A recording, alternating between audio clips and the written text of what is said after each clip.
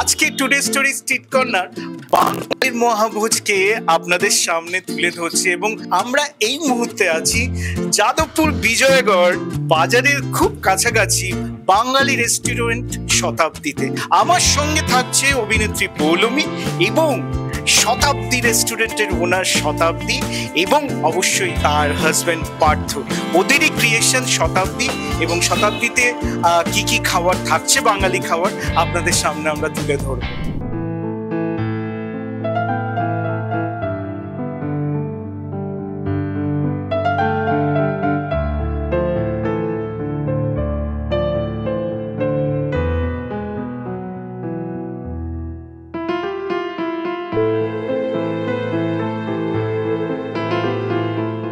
আমার সঙ্গে অ্যাম্বিয়েন্সকে আরো সুন্দর করে দিয়েছে আমার প্রিয় অভিনেত্রী পৌলমী দাস। তোমার ব্যক্তিগতভাবে কোন ফ্রাইটা খুব মনের কাছাকাছি?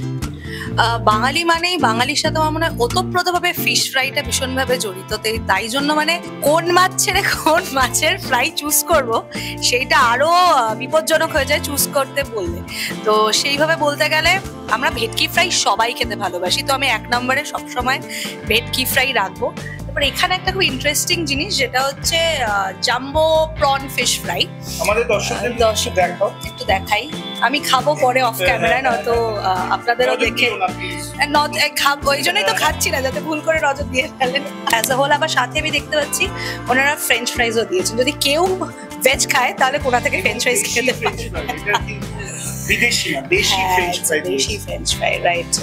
আলু ভাজা আপনারা দুজন মিলে এই ডিশটা খেতে পারেন এবং অনলি 999 এই পুরো প্ল্যাটারটা আপনাদের সামনে চলে আসবে। ভীষণ রিজনেবল, এত রকমের মাছ এবং মাটন হোল একটা অনসম্বল করে ওনারা দিচ্ছেন। আর সাথে আরেকটা জিনিস যেটা আমি এই মুহূর্তে ট্রাই করছি, ওনাদের স্পেশাল ঘোল, সেটা অপূর্ব খেতে। এতক্ষণ আপনাদের সামনে যে স্টার্টারগুলো আমরা প্লেস করলাম, এবারে আমরা মেইন কোর্সে যাচ্ছি, যেখানে আমরা মেইন কোর্সে কি কি থাকছে শতাব্দীতে সেটা আসুন দেখে নিই।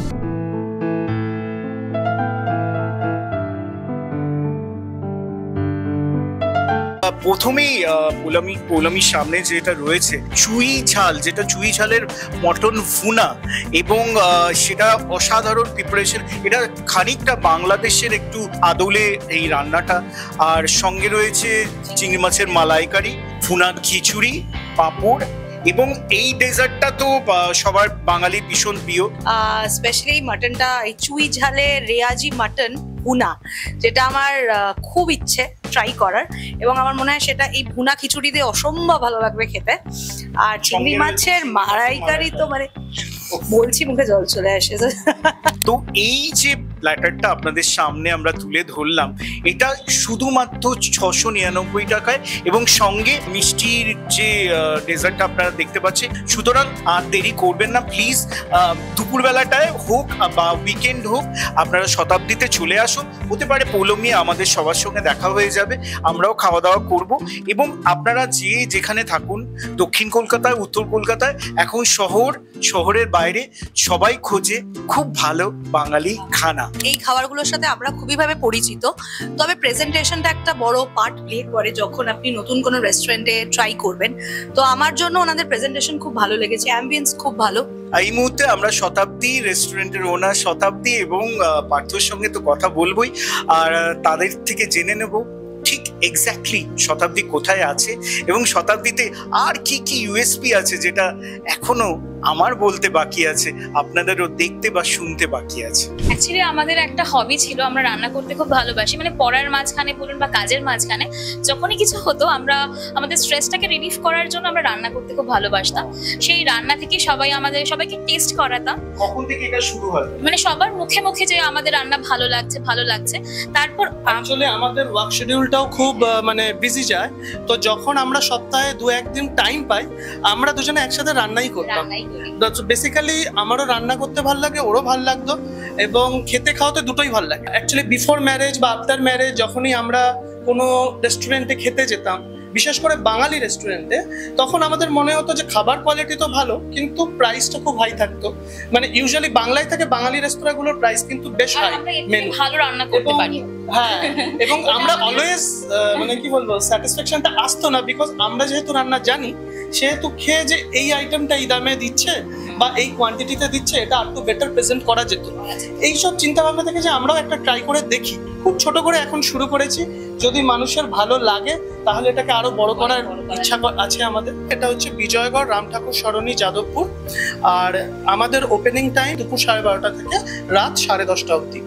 আর এছাড়া আমরা অনলাইনে সুইগি জোম্যাটোতেও অ্যাভেলেবেল আছে। আইটেম যদি বলি, আমাদের কাছে মেইনলি আমরা বেঙ্গলি কুজিন নিয়ে কাজ করছি এবং veg non veg both item আছে।